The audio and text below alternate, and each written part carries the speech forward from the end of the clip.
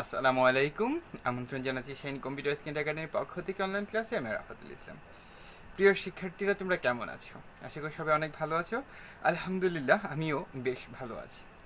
গত ক্লাসে তোমাদের এই বীরপুরুষ কবিতা থেকে আমাদের মোটামুটি পড়া যেগুলো দিয়েছি আশা করি তোমরা কমপ্লিট করে রেখেছো। আজকে তোমাদের জন্য নিয়ে আসছি একটি অনুচ্ছেদ থেকে কিভাবে প্রশ্ন করবা তোমরা, কে কি কোথায় কিভাবে কেন শব্দগুলো দিয়ে। তো চলো আমরা প্রশ্নটা আগে একবার দেখে নিই। Shine computer kindergarten school online class, শ্রেণী চতুর্থ, বিষয় বাংলা। নিচের কবিতাংশটুকু পড়ে কে কি কোথায় কেন কিভাবে শব্দগুলো দিয়ে প্রশ্নবোধক বাক্য তৈরি করো। ঠিক আছে? তো এবার চলো আমরা দেখি। কি ভয়ানক লড়াই হলো মাঝে, শুনে তোমার গায়ে দেবে কাঁটা। কত লোক যে পালিয়ে গেল ভয়ে, কত লোকের মাথা পড়ল কাটা। এত লোকের সঙ্গে লড়াই করে, ভাবচোদ খোকা গেলই বুঝি মরে। আমি তখন রক্ত মেখে ঘেমে বলছি এসে লড়াই গেছে থেমে। তুমি শুনে পালকি থেকে নেমে চুমু খেয়ে নিচ্ছ আমায় কোলে। ভাবছো ভাগ্যি খোকা সঙ্গে ছিল, কি দুর্দশা হতো তা না হলে। এখন বরাবরের মতো এখানে থাকে অনুচ্ছেদ। আজকে আমরা নিয়ে আসছি একটা কবিতাংশ। তো প্রিয় শিক্ষার্থীরা, অনুচ্ছেদ থেকে আমরা প্রশ্ন যেভাবে সেভাবেই করতে পারি, এটা স্বাভাবিক। কিন্তু একটা কবিতাংশ থেকে কিন্তু করতে হয়। যদি কোনো ক্রমে তোমাদেরকে একটা কবিতাংশ দিয়ে বলা হয় এখান থেকে কে কি কোথায় শব্দগুলো দিয়ে, এখান থেকে নর্মালি তোমাদের যে প্রশ্নবোধক বাক্য তৈরি করার কথা বলা হয়, তাহলে তোমরা কিভাবে করবা, তো সেটাও তো তোমাদের জানার দরকার, তাই না? তো দেখো, আমরা যখন একটা কবিতাংশ এভাবে থাকে তখন তোমরা নর্মালি যেটা ভাববা সেটা হচ্ছে এটা এখানে কোনো ছন্দ না, একটা পুরাটা একটা গল্পের মতো তৈরি করে ফেলা। ছন্দ দাড়ি কমা সব তুলে ফেলবা, তুলে মনে মনে এটা একটা গল্প তৈরি করবা। দেখো এখানে দেওয়া আছে কি ভয়ানক লড়াই হলো মাঝে, শুনে তোমার গায়ে দেবে কাঁটা। তো এখানে কবি বলছে যে কি ভয়ানক যে লড়াই হয়েছে মা, শুনলে তোমার গায়ে কাঁটা দেবে।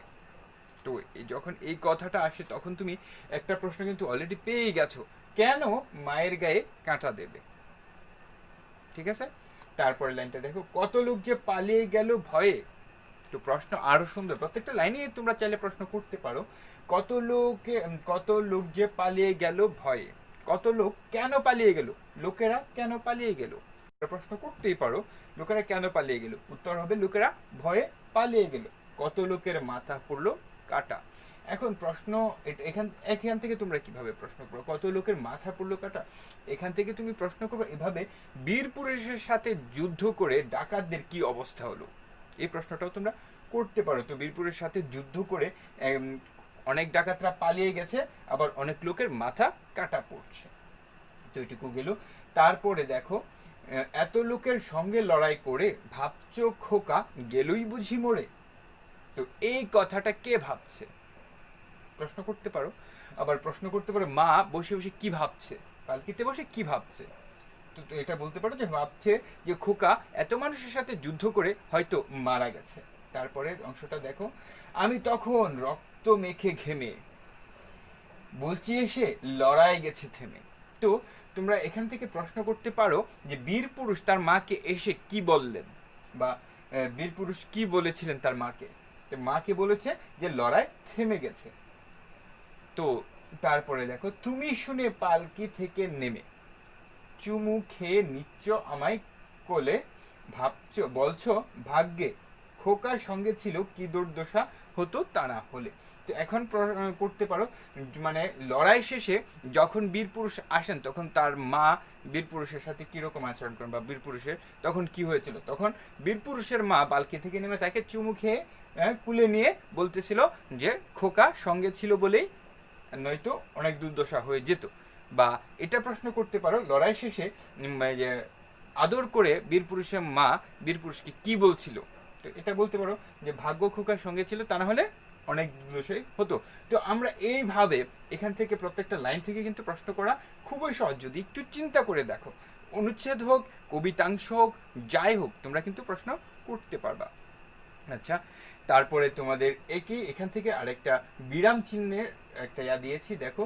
সন্ধে হলে সূর্য নামে পাটে, এলেম যেন জোড়া দিঘির মাঠে। ধুধু করে যেদিক পানে চাই, কোনোখানেই জনমানব নাই। তুমি যেন আপন মনে তাই ভয় পেয়েছো, ভাবছো এলেম কোথা? আমি বলছি ভয় করো না মাগো, ওই দেখা যায় মরা নদীর সোঁতা। তো প্রিয় শিক্ষার্থীরা, তোমরা এটাকে বিরাম চিহ্নটা বসাবা আর ওইখান থেকে প্রশ্নবোধক বাক্য তৈরি করবা। তো আজকে এই পর্যন্তই। ভালো থাকবা, সুস্থ থাকবা। আল্লাহ হাফেজ। আসসালামু আলাইকুম। প্রিয় শিক্ষার্থীরা, কেমন আছো তোমরা সবাই? নিশ্চয়ই সবাই খুব ভালো আছো। এসসিকে অনলাইন ক্লাসে তোমাদের সবাইকে স্বাগত জানাচ্ছি। তোমাদের সাথে আছি আমি বসরা রহমান। আজকে আমরা ফার্স্ট পেপার পড়বো, বোর্ড বই পড়বো, ঠিক আছে? গত ক্লাসে আমরা বোর্ড বইয়ের ইউনিট 39 পড়েছিলাম, মনে আছে? আজকে আমরা ইউনিট 40 পড়বো। ইউনিট কি পড়বো? 40, ঠিক আছে?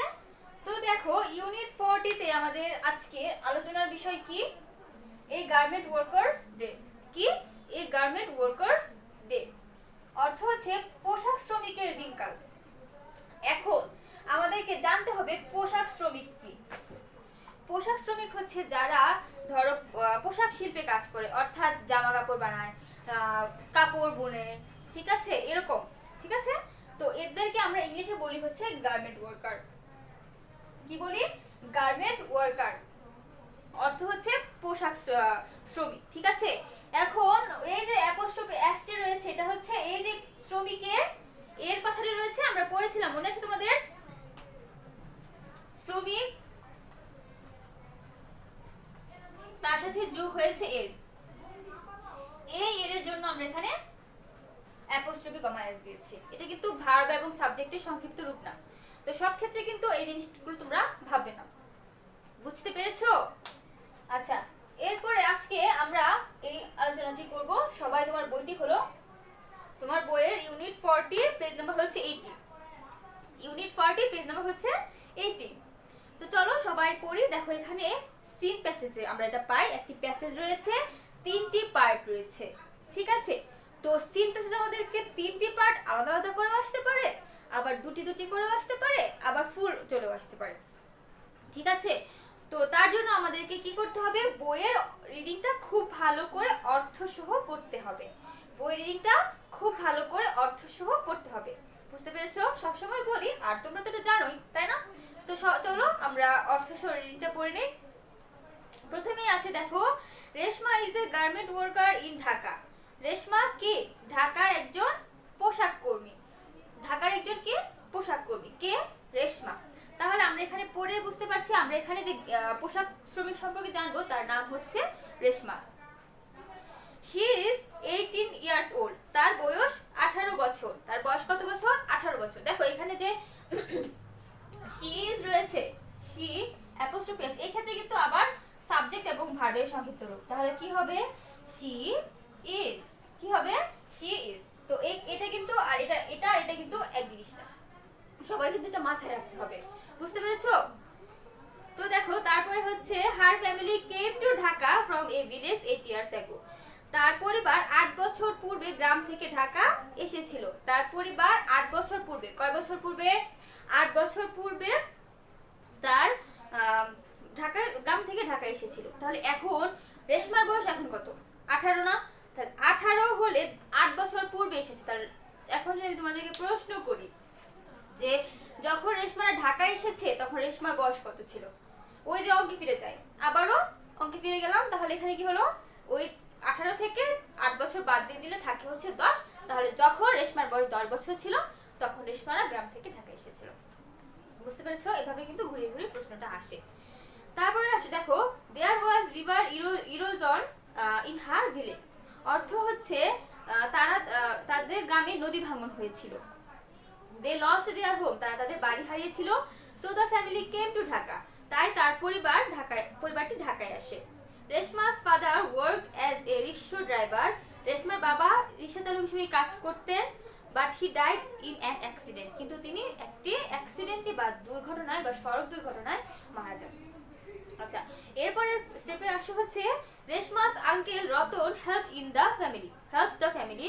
রেশমার চাচা রতন পরিবারটিকে সাহায্য করেছিলেন।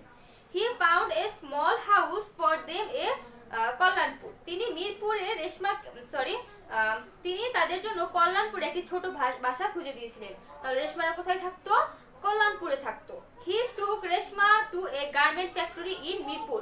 তিনি মিরপুরে রেশমাকে একটি পোশাক কারখানায় নিয়ে গিয়েছিলেন। শি ওয়ার্কস দেয়ার নাও। সে এখন ওখানে কাজ করে।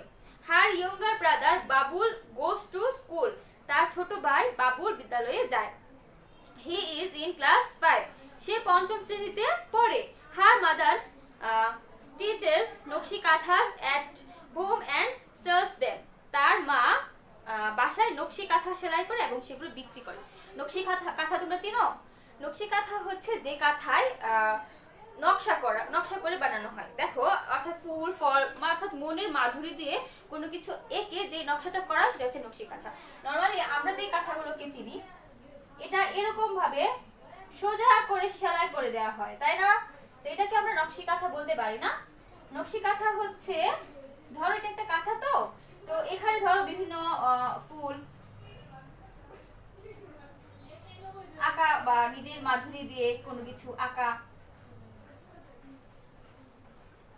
ঠিক আছে, ইত্যাদি যদি কিছু কোথাও আঁকা হয় তাহলে এটাকে বলবো হচ্ছে নকশি কাঁথা, বাট এটা নকশি কাঁথা না। তো নকশি কাঁথা সবাই চিনো, আশা করি সবাই দেখেছো, অর্থাৎ যে কাঁথায় নকশা করা থাকে। আচ্ছা, তো এগুলা কে বিক্রি করে, কে সেলাই করে বিক্রি করে? রেশমার মা, রেশমাস মাদার। আচ্ছা, এখন এখানে একটা প্রশ্ন পাই আমরা, রেশমার ভাইয়ের নাম কি? রেশমার ভাইয়ের নাম হচ্ছে কি? বাবুল। এরপরে আসো, the garment factory is 2 kilometres from Reshma's house. রেশমার বাড়ি থেকে গার্মেন্ট ফ্যাক্টরিটি অর্থাৎ পোশাক কারখানাটি 2 কিলোমিটার দূরে অবস্থিত।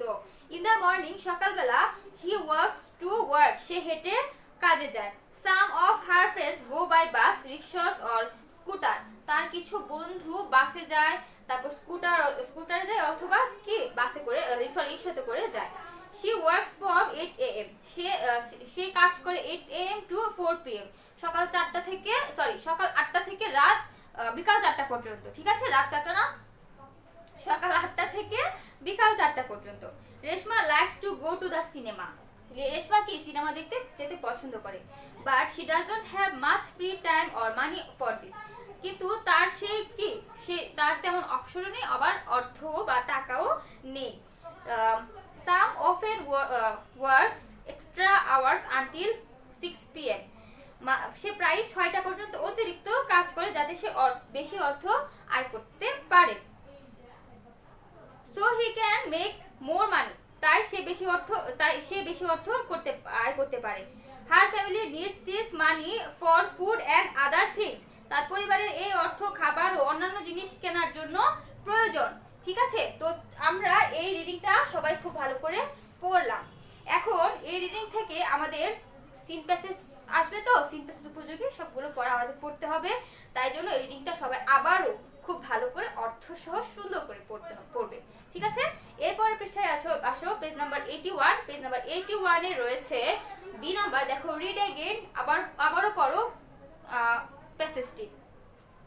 Choose the correct answer. সঠিক উত্তরটি খাতায় লিখো। দেখো, এখানে 5টি চুজ দ্য কারেক্ট আনসার রয়েছে। আমাদেরকে এই 5টি উত্তর দিতে হবে। কোথা থেকে এসেছে? এই প্যাসেজ থেকে এসেছে, ঠিক আছে?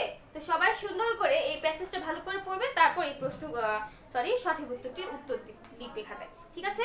তো তোমাদের আজকে পড়া থাকলে হচ্ছে সবাই সুন্দর করে খাতায় ডায়েরিতে পড়া লিখো।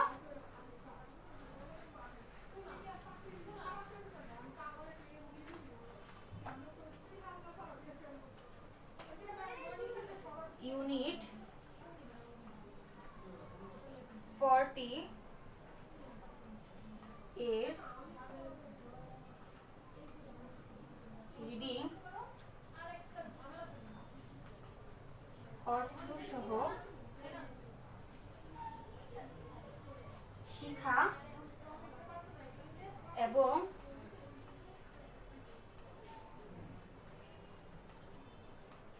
বইয়ের 81 পেজের 2 নং HW। তো সবাই দেখো, আমরা প্রথমে কি করব? ইউনিট 14 এর রিডিংটা সবাই খুব ভালো করে পড়বো। আবারও বলি, এটা পড়ার পরে তুমি 81 পৃষ্ঠায় যে বি নংটি রয়েছে অর্থাৎ চুজ দ্য কারেক্ট আনসার, সেটা সবাই সুন্দর করে খুব খাতায় লিখবে। আর অবশ্যই দেখে দেখে লিখবে না, বুঝে বুঝে রিডিংটা পড়ে তারপর এখান থেকে লিখবে, ঠিক আছে? তো আজ এই পর্যন্তই, সবাই খুব ভালো থাকো, সুস্থ থাকো, আল্লাহ হাফেজ। সুপ্রিয় চতুর্থ শ্রেণীর শিক্ষার্থীবৃন্দ, তোমাদের সকলকে শুভেচ্ছা জানাচ্ছি আজকের গণিত ক্লাসে।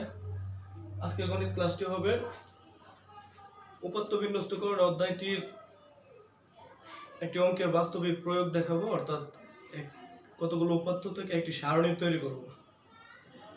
তো চলো আজকে ডিটেলসটি একটু দেখাই দেই। আমাদের কতগুলো উপাত্ত অর্থাৎ কতগুলো সংখ্যা যদি দেওয়া থাকে আর একে যদি সারণীবদ্ধ করতে বলে তাহলে সেটি কিভাবে করবে। হ্যাঁ, ধরো এই উপাত্তগুলোর নাম দেওয়া থাকবে যে এগুলো আসলে কিসের। আমি এগুলো বিস্তারিত না লিখে কিছু মুখে কিছু লিখে দিতেছি। ধরো এগুলো হচ্ছে তোমাদের স্কুলে গণিতে প্রাপ্ত নম্বর, অর্থাৎ তোমাদের গণিত ক্লাসে 15 জন শিক্ষার্থীর প্রাপ্ত নম্বর, গণিত বিষয়ে 15 জন শিক্ষার্থীর প্রাপ্ত নম্বর দেওয়া আছে। কেউ 84 পাইছো, কেউ 20 পাইছো, কেউ 48 পাইছো, কেউ 92 পাইছো, কেউ 99 পাইছো, এভাবে 15 জনে ভিন্ন ধরনের নাম্বারগুলো পাইছো। একই ধরনের নাম্বারও একাধিক স্টুডেন্ট পেতে পারো। তো এটাকে আমরা একটি সারণীর মাধ্যমে দেখাবো। সারণীর মাধ্যমে দেখাতে গেলে তোমার আগে চিন্তা করতে হবে যে নাম্বারগুলো বা এই যে সংখ্যাগুলো যেটা দেওয়া আছে, যে উপাত্তগুলো দেওয়া আছে, এটার পরিসরটা বুঝতে হবে, অর্থাৎ এর ব্যাপ্তিটা কতটুকু। পরিসর আর একটি সমান্তরাল ব্যাপ্তি, এটি আসলে কি, এটি হচ্ছে যেমন ধরো আমরা যদি বলি যে 10 থেকে 15 পর্যন্ত কতটি সংখ্যা, 10 থেকে 15 পর্যন্ত কতটি সংখ্যা, তোমরা হয়তো বলে ফেলবো যে 10 থেকে 15 5। বাস্তবে হচ্ছে 10 থেকে 15 5 না, 10 থেকে 15 হয় 6টি সংখ্যা, যেমন 10, 11, 12, 13, 14, 15। যেমন 10 থেকে 15 6টি সংখ্যা হয়, 1, 2, 3, 4, 5, 6। তাহলে 10 থেকে 15 সংখ্যাগুলোর পরিসর বা ব্যাপ্তি হচ্ছে 6। 10 থেকে 15 সংখ্যাগুলোর পরিসর বা ব্যাপ্তি হচ্ছে 6। এবার আমাদের যে উপাত্তগুলো থাকবে সেগুলোর আগে পরিসরটা নিজে নিজে ঠিক করতে হবে। আমি অঙ্কগুলো একটু ফোরে আর একটু সিম্পলে, একেবারে বইয়ের ভিতরে যে সিম্পল ফরম্যাটগুলো আছে একজ্যাক্টলি এতটা সিম্পল না যেতেছি, মানে একটু প্রসারিত করে করতে চাইতেছি, যেটা 5-এর সাথে 100% রিলেটেড থাকবে, 4-এর সাথেও সামঞ্জস্যপূর্ণ থাকবে। হ্যাঁ, তো আসলে বেটার কিছু চিন্তা করে করতেছি, যেহেতু আমাদের কয়েক মাস পরে 5 এসে যাবে। তো আমরা এমনভাবে শিখতেছি যেন 2 জায়গায় কাজে লাগে। এইবার একভাবে শিখলাম, তো 2-3 মাস পরে আবার এটা চেঞ্জ করবো, এটার পক্ষপাতী না। আমি একবারে শিখে যাবো। হয়তো তোমাদের কাছে যদি কঠিন লাগে তাহলে আমি ভিন্ন ভিন্ন ওয়েতে বারবার বলার চেষ্টা করব।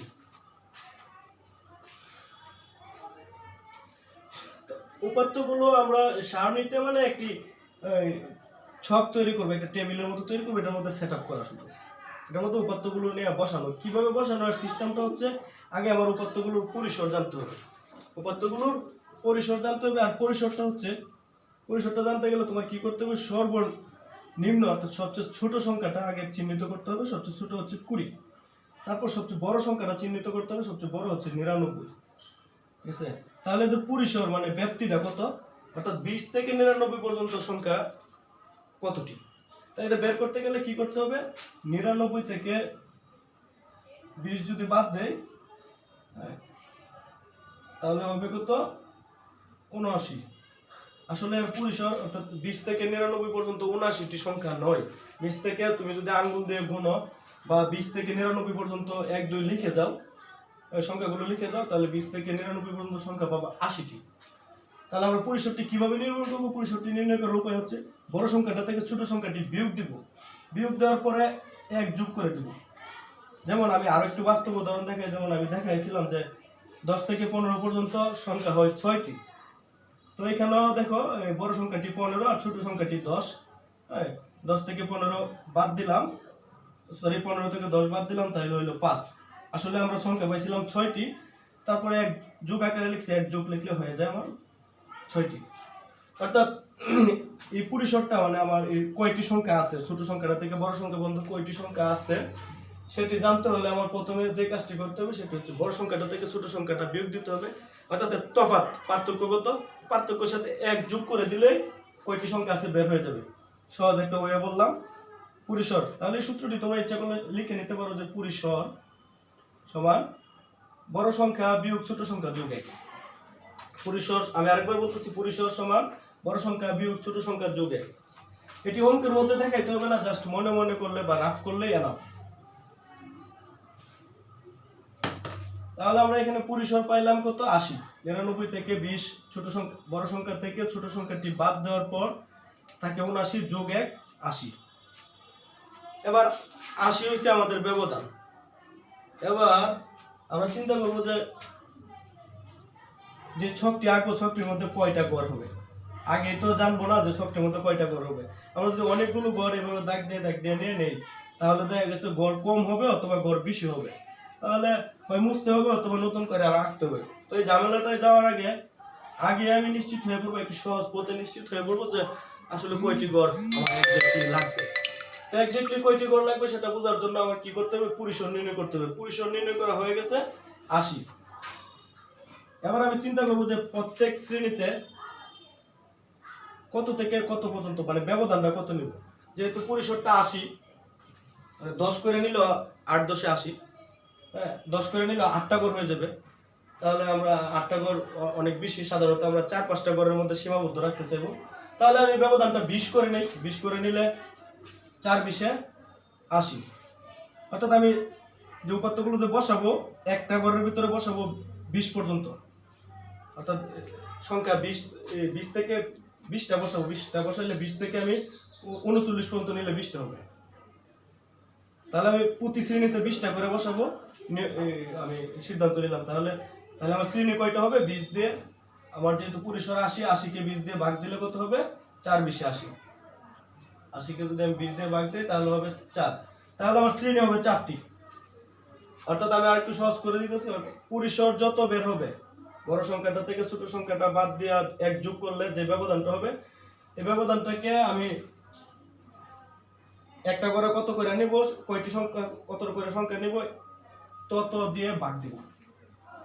তাহলে আমরা চিন্তা করছি যে ব্যবধান আমরা প্রতি শ্রেণীতে 20 করে ব্যবধান নেব। তো 20 দিয়ে 80কে ভাগ করলাম, হয়েছে 4। তার মানে আমার শ্রেণী হবে 4টি। তো শ্রেণী হবে 4টি, 1 2 3 4, 4টি হয়ে গেছে। আরো একটি বাড়িয়ে নিলাম, তারপর আরো একটি বাড়িয়ে নিলাম। অর্থাৎ আমার শ্রেণী হওয়ার কথা 4টি, আমি নিচ্ছি 6টি। 1 2 3 4 5 6টি। এবার 4টির মধ্যে 6টি কেন নিচ্ছি, 6টি নিচ্ছি হচ্ছে সহজে বুঝে যাবা। 6টি নিচ্ছি হচ্ছে, একটা লিখবো শ্রেণী ব্যবধান, শ্রেণী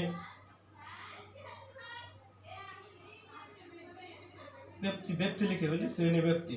আর একটা লিখবো টালি চিহ্ন, টেলি, শুধু টেলি লিখলে হবে বা চিহ্ন লেখা যাবে, টেলি চিহ্ন। একটা হইলো সংখ্যা বা গঠন সংখ্যা বা শিক্ষার্থী সংখ্যা। অর্থাৎ এই হেডলাইনটা লেখার জন্য একটা করে, আরেকটা করে হচ্ছে মোট লেখার জন্য, ইচ্ছে করলে এই দাগটা বাদ দিয়ে দিতে পারবো। আরেকটা করে হচ্ছে মোট লেখার জন্য, আর মাঝে আছে 4টি ঘর। আমার 4টি ঘর হচ্ছে অরিজিনাল যে 4টি শ্রেণী হবে, সংখ্যাগুলো যে 4টি শ্রেণীতে আমি বসাবো, এই 4টি শ্রেণীর জন্য 4টি ঘর, আর হেডলাইনের জন্য একটা মোট লেখার জন্য একটা। সবসময় যখন আমরা সারণী করব, জয়টি ঘর নেওয়ার কথা তার চাইতে 2টা ঘর বেশি নেব। আমি আরেকবার বলতেছি, যখন আমরা উপাত্ত সারণীতে লিপিবদ্ধ করব তখন জয়টি ঘর নেওয়ার কথা তার চাইতে 2টি ঘর বেশি নেব। 2টি ঘর বেশি নেব, এর কারণ হচ্ছে একটি ঘর আমি এই যে হেডলাইনটা লিখবো শ্রেণী ব্যক্তির টেলি চিহ্ন সংখ্যা, আরেকটা ঘর মোট লেখার জন্য, আর বাকি 4টা ঘর এক্স্যাক্টলি আমার সংখ্যাগুলো সেট আপ করার জন্য। তাহলে আমি শ্রেণী ব্যবধান নিয়েছিলাম 20 করে। তাহলে 20 করে যদি শ্রেণী ব্যবধান নেই, আমি 20 থেকে শুরু করলাম, 20 থেকে 39 হইলো 20টি। 20 থেকে 39 পর্যন্ত সংখ্যা গণলে হবে 20টি। এবার এই 20 থেকে 39 পর্যন্ত জয়টি সংখ্যা পড়ছে এখানে তত লিখবো। তো 20 থেকে 39 পর্যন্ত 20 একটা পড়ছে, এবার দাগ দিয়ে রাখবো ইচ্ছে করলে 20 তারপর 20 থেকে 39-এর ভিতরে আর কোনো সংখ্যা পড়ছে না, তাহলে এখানে লিখবো 1, টেলি চিহ্নর জায়গায় চিহ্ন দেবো 1, অর্থাৎ খাড়া একটি দাগ দেওয়ার তাই টেলি চিহ্ন। তারপর শুরু হবে 40 থেকে 59 পর্যন্ত হলো আরো 20, 40 থেকে 59 হলো আরো 20 ঘর। আমি প্রত্যেকটা শ্রেণীর ব্যবধানে 20 নিয়েছিলাম, হ্যাঁ, আর 20 দিয়ে ওই যে 80-কে ভাগ দিয়েছিলাম পরিসরকে, তাহলে হয়েছিল 4, 4টা শ্রেণীতে এই সংখ্যাগুলো আমার লিপিবদ্ধ হয়ে যাবে। তো তোমাদের যেহেতু এই অঙ্কটি প্রথম, একটু কঠিন মনে হতে পারে, বাট এই অঙ্কটাই 5-এ পাবা। ইভেন আমি আর বলতে চাইতেছি না, একেবারে 8 পর্যন্ত সেম পাই যাবে। তারপর 40 থেকে আমার 59 পর্যন্ত নাম্বার আছে কি 48, একটা 40 থেকে 59 একটাই আছে, তো আমি এখানে 1 দিলাম আর এখানে সংখ্যার জায়গায় 1 দিলাম, তো চিহ্নতে 1 বোঝাবো, সংখ্যা লিখেও 1 বোঝাবো। তারপর আসবে 60 থেকে 79, 60 থেকে 79-এর ভিতরে কয়টি আছে আমরা দেখি। 60 থেকে 79 একটা, তারপর 2টা, তারপর 3টা, 4টা। 60 থেকে 79-এর ভিতরে আমার সংখ্যা আছে 4টি, তাহলে এভাবে 4টি টেলি চিহ্ন 4টি দিব, আর এখানে সংখ্যাও 4 লিখব। তাহলে বাকি থাকে কয়টি, আমার যেহেতু মোট ছিল 15টি, পায়ে গেছি কয়টি, 1, 2 আর 4, 6টি, তাহলে বাকি আছে 9টি। বাকিগুলো আর দেখতে হবে না, গুনতে হবে না, 9টি বাকি থাকার কথা। আর বাকিটা হবে কত, 80 থেকে 99, 80 থেকে 99 পর্যন্ত হবে 9টি। তো 9টি টেলি চিহ্ন দিতে গিয়ে একটু খেয়াল করবা, প্রতি 4টা দেওয়ার পরে 5টার সময় খাড়াখাড়ি একটা দিবা, তো কোনি একটা দিবা। প্রতি 4টা খাড়াখাড়ি দাগ দেওয়ার পরে একটা কোনি কেটে দিবা, তাহলে হয়ে যাবে 5টা। তাহলে 5টা হইলো, 9টা হইলে আর বাকি 4টা, আর 4টা একটু বেশি ফাঁক দিয়ে বাকি 4টা লিখবে। মনে রাখবা প্রত্যেকটার দূরত্ব যেন সমান হয়, এবং প্রতি 5টা হওয়ার পরে আর একটু গ্যাপ দিয়ে বাকি যদি আরো থাকে লিখবা। তাহলে আমার মোট হইলো কত, এগোটা এই দিক দিয়ে ডাক দিয়ে টানলাম না, কারণ এখানে মোট লিখবো, এখানে এগোটা না ফিল আপ করে পারবো। আর যদি কেউ ফিল আপ করে দাও, যদি এভাবে ফিল আপ করে দাও, তাহলে যে কোনো একটা করে মোট কথাটা লিখবো, আর একটা করে এভাবে কেটে দেবো। কেটে না দিয়ে এটাই ভালো, পুরো ঘরটাই খালি রেখে দিলাম, খালি রেখে এভাবে 2 ঘর মিলে মোট রেখে ফেললাম, তাহলে এখানে মোট হয়ে কত, 15। আর এখানে টেলি চিহ্ন মোট দেওয়ার দরকার নেই। তো আমাদের হয়ে গেল উপাত্ত থেকে সারণী হয়ে গেল, গণসংখ্যা সারণী, নাম্বারের সারণী হয়ে গেল। স্যার এটিকে গণসংখ্যা সারণীও বলা যাবে, যেহেতু মানুষেরই নাম্বার। তো কতগুলো উপাত্ত দেওয়া থাকলে আমরা কিভাবে উপাত্তগুলোকে সারণীতে লিপিবদ্ধ করবো, এটি আমরা শিখে গেলাম। এর থিওরিটি হচ্ছে, প্রথমে আগে উপাত্তগুলোর ব্যবধান, মানে সবচেয়ে বড়টি থেকে সবচেয়ে ছোটটির ব্যবধান কত, ব্যবধানের সাথে 1 যোগ করে নেব। তারপর আমি চিন্তা করবো যে প্রত্যেক শ্রেণীতে কতগুলো সংখ্যা নেব, অর্থাৎ প্রত্যেক শ্রেণীর তফাৎটা কি হবে, ওই তফাৎ দিয়ে ওই পরিসরটাকে ভাগ দিব, ভাগ দিলে যত হবে ততটি শ্রেণী হবে। তারপর ততটি গড় আমরা এঁকে নিব, এর সাথে 2টা গড় বেশি দিয়ে দেবো হেডিং আর মোট লেখার জন্য। তারপর আমরা যথাযথ নিয়মে সেট আপ করে ফেলবো।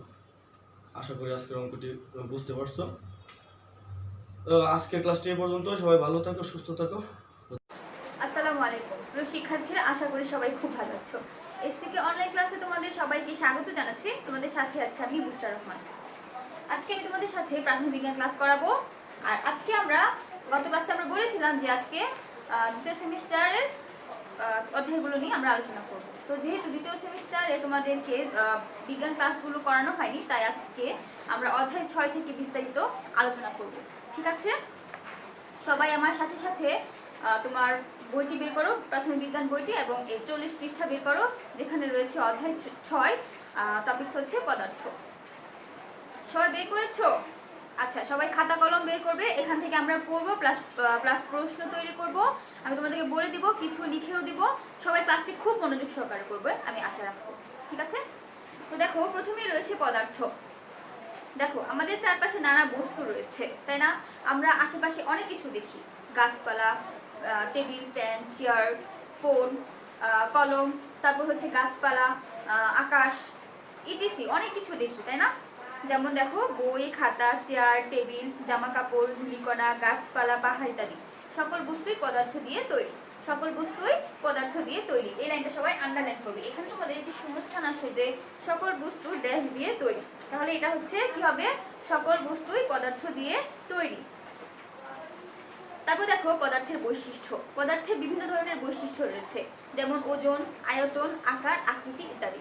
তাহলে এখানে যদি একটা প্রশ্ন আসে পদার্থের বৈশিষ্ট্যগুলো কি কি, তখন তুমি লিখবে হচ্ছে পদার্থের ওজন আছে, পদার্থের আয়তন আছে, পদার্থের আকার ও আকৃতি রয়েছে। তাহলে দেখো এখানে একটি প্রশ্ন রয়েছে পদার্থের সাধারণ বৈশিষ্ট্যগুলো কি কি। পদার্থের সাধারণ বৈশিষ্ট্যগুলো কি কি একটি প্রশ্ন রয়েছে। এই প্রশ্নের উত্তরগুলো তোমরা খুব ভালো করে শিখে নিবে, আমরা বইয়ে পাবো, ঠিক আছে, যখন পড়ো তখন পাবো। প্রথমে আছে দেখো আয়তন। এখানে একটি পরীক্ষা দেওয়া রয়েছে। আয়তন মানে হচ্ছে পদার্থের আয়তন যে আছে সেটা তোমাকে এখানে প্রমাণ করতে বলা হয়েছে, এটা একটি পরীক্ষা। চলো পরীক্ষাটি দেখে আসি। কি করতে হবে দেখো, পানি সহ একটি পরিষ্কার গ্লাস, রাবার ব্যান্ড এবং কয়েকটি পাথরের টুকরা নিই। নিচের ছকে দেখানো ছকের মতো খাতায় একটি ছক তৈরি করি। দেখো গ্লাসে যে পানিটা দিয়েছে সেই পানির সাইডে তোমাকে একটি রাবার ব্যান্ড দিয়েছে এবং এবং গ্লাসের মধ্যে পানি ভর্তি করে রেখেছে। তো সবাই দেখো, আমি একটু বোর্ডে আঁকছি। ধরো এটা একটা গ্লাস, সবাই খুব ভালো আর্ট পারো, আমি কিন্তু খুব ভালো আর্ট পারি, ঠিক আছে। তো দেখো এতটুকু পর্যন্ত পানি ভর্তি, তাই না? এই পানি ভর্তির মধ্যে যে লেভেলে পানিটা এসে শেষ হয়েছে এতটুকু কিন্তু খালি, এটা কিন্তু খালি, ঠিক আছে, এখানে কোনো পানি নেই, পানি হচ্ছে এতটুকু পর্যন্ত। তো যেখানে পানি এসে শেষ সীমানাটা শেষ হয়েছে সেখানে তোমার রাবার ব্যান্ড দিয়ে বেঁধে রেখেছে, ঠিক আছে। তো এটা হচ্ছে রাবার ব্যান্ড,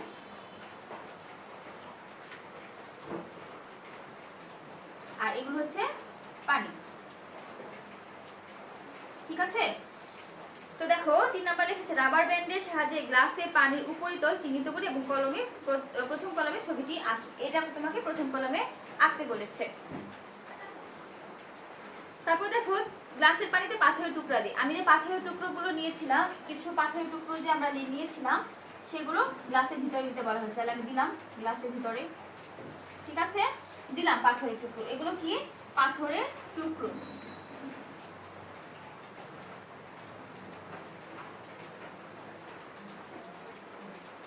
ঠিক আছে। তো দেখো ছকে দ্বিতীয় কলমে পানি নতুন উপরিতল চিহ্নিত করে ছবিটি আঁকি।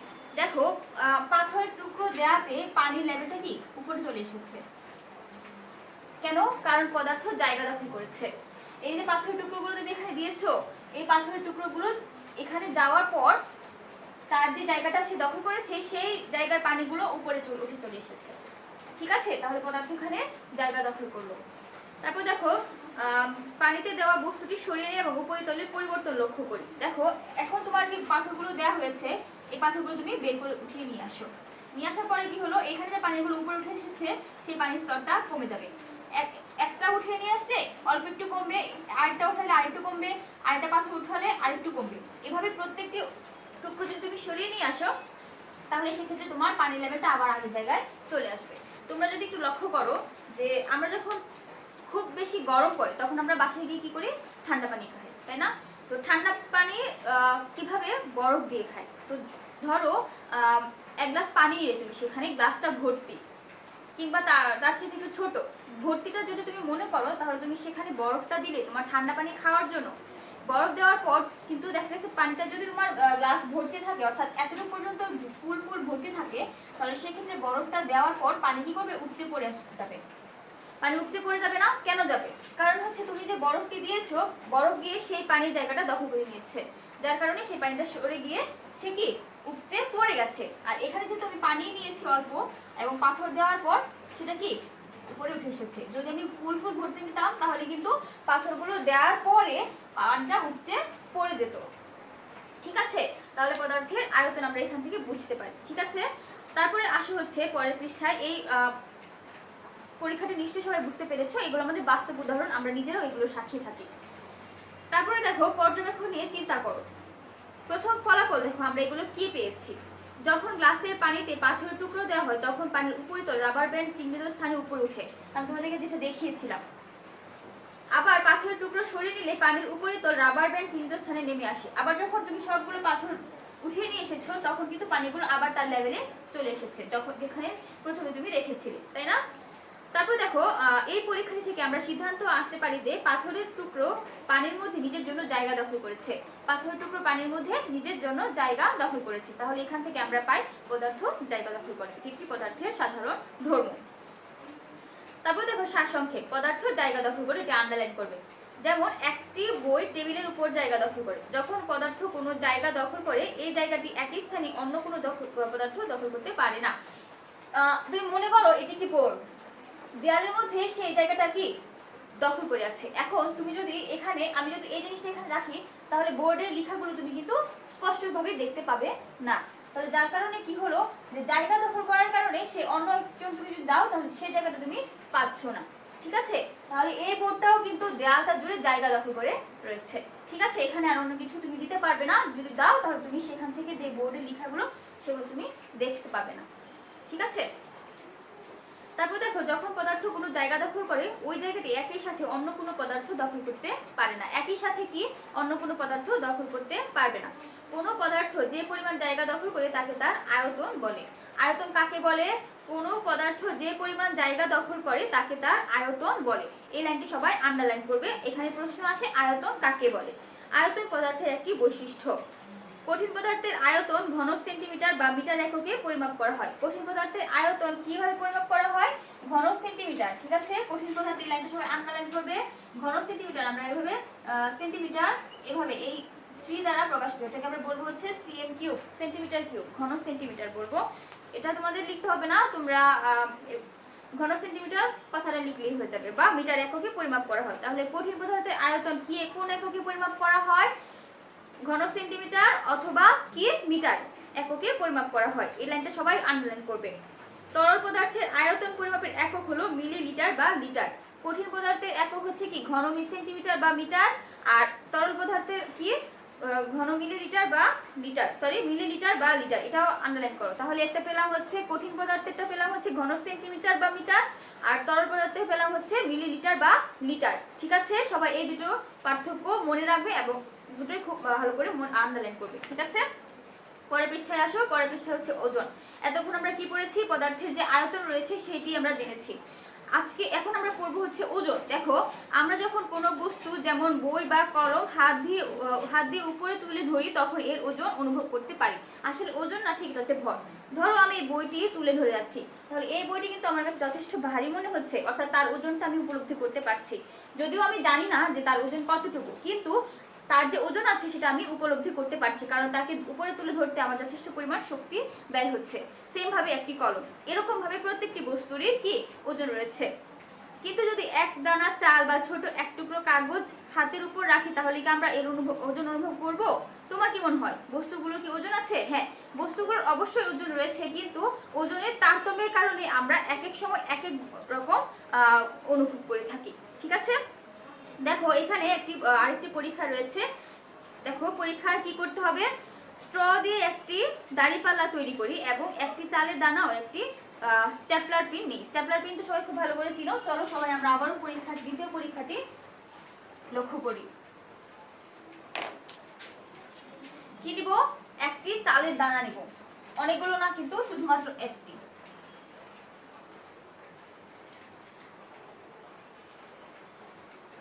আরেকটা হচ্ছে স্টেপলার পিন।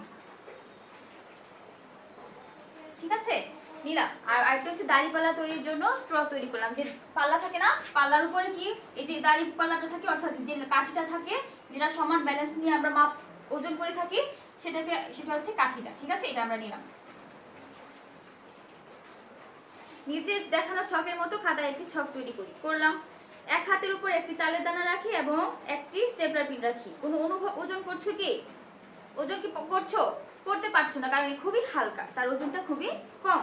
এর জন্য দাড়িপাল্লার এক পাশে চালের দানাটি রাখি। দেখো এটা দিলাম না, এই যে দাড়িপাল্লা হলো, এক পাশে চালের দানা রাখলাম, আরেক পাশে আমি পিন রাখবো। ঠিক আছে, তো চালের দানা রাখি, দাড়িপাল্লার কি পরিবর্তন হয় তা পর্যবেক্ষণ করি। এরপর দাড়িপাল্লার এক পাশে স্টেপলার পিন নিই। দেখো, যদি তুমি চালের দানাটা শুধুমাত্র চালের দানা নাও, পিন নাওনি তুমি, তাহলে সেক্ষেত্রে কি হলো? এটা তো একটু ওজন আছে, অল্প একটু হলো কি এটা হেলে পড়বে। অল্প একটু হলো, যতটুকু ওজন ততটুকু ভার সহ্য করে সে এদিকে হেলে পড়বে, কাঠিটা হেলে পড়বে আর এই পাশে উপরে উঠে যাবে। এবার তুমি স্টেপলার পিন নিলে। এখন ধরো স্টেপলার পিনের ওজনটা হচ্ছে চালের দানা থেকে বেশি, সাপোজ চালের দানা থেকে বেশি, তাহলে যার ওজন বেশি সে ভাড়াটা নিয়ে হেলে পড়বে। মনে করো এটি একটি পেন মার্কার আর এটা হচ্ছে ডাস্টার, তাই না? দেখে মনে হচ্ছে যে দুটোই ওজন সমান হতে পারে, কিংবা তার ওজন কম হতে পারে, তার ওজন বেশি হতে পারে। এখন আমি যখন দাঁড়িপাল্লায় মাপবো তখন দেখতে পাবো যে, যদি দেখতে পাই যে এটার ওজনটা এটা থেকে বেশি, বা দাঁড়িপাল্লার কাঠিটা এদিকে হেলে পড়েছে, ধরো পেনের দিকে হেলে পড়েছে, তাহলে সেক্ষেত্রে আমরা বুঝে নিব যে ডাস্টার থেকে পেনের ওজনটা বেশি। আবার যদি উল্টোটা হয়, অর্থাৎ পেন থেকে যদি ডাস্টারের দিকে হেলে পড়ে দাঁড়িপাল্লাটা, তাহলে সেক্ষেত্রে বুঝবো হচ্ছে ডাস্টারের ওজন বেশি, পেনের ওজনটা কম। আবার যদি সমানভাবে থাকে তাহলে বুঝবো যে ওর ওজন দুটোই সমান সমান। বুঝতে পেরেছো?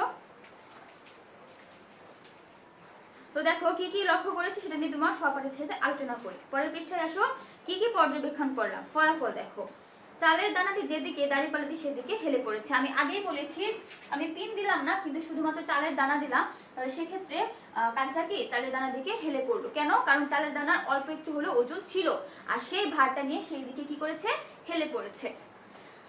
স্টেপলার পিনটি যেদিকে দাঁড়িপাল্লাটি সেদিকে হেলে পড়েছে। তাহলে দেখো চালটা সরিয়ে নিয়ে স্টেপলার পিনটা বসালাম, স্টেপলার পিন যেদিকে দাঁড়িপাল্লাটি সেদিকে হেলে পড়বে সেম ভাবে। কেন?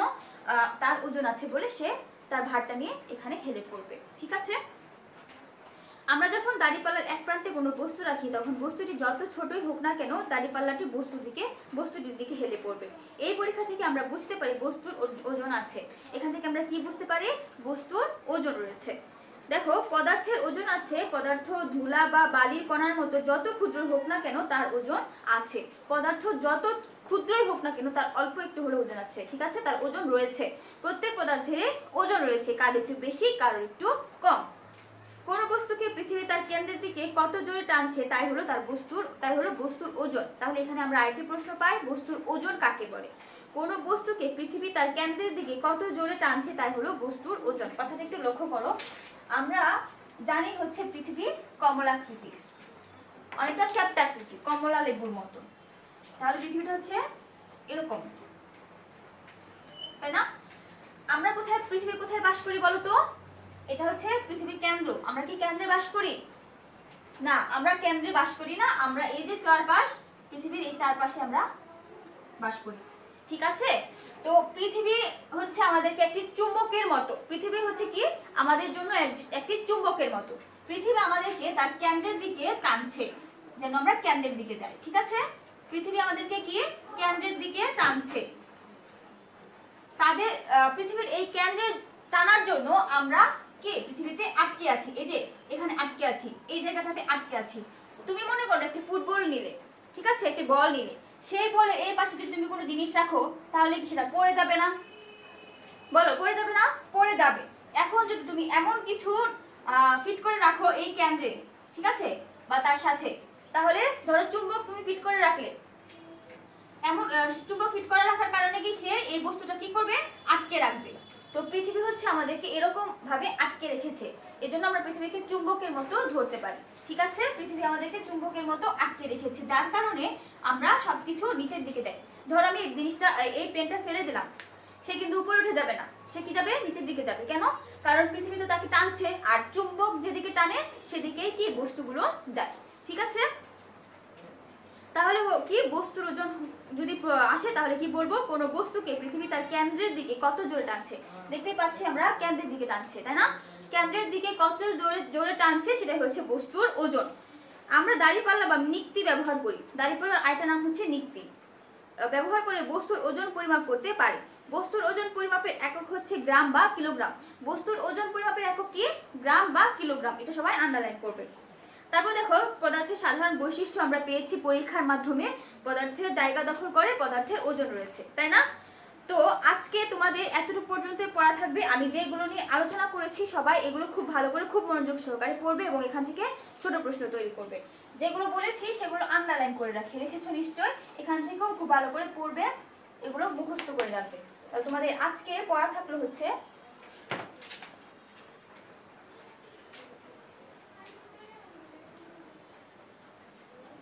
অধ্যায় 6 এর রিডিং 40 থেকে 43 পৃষ্ঠার শিখা এবং 10টি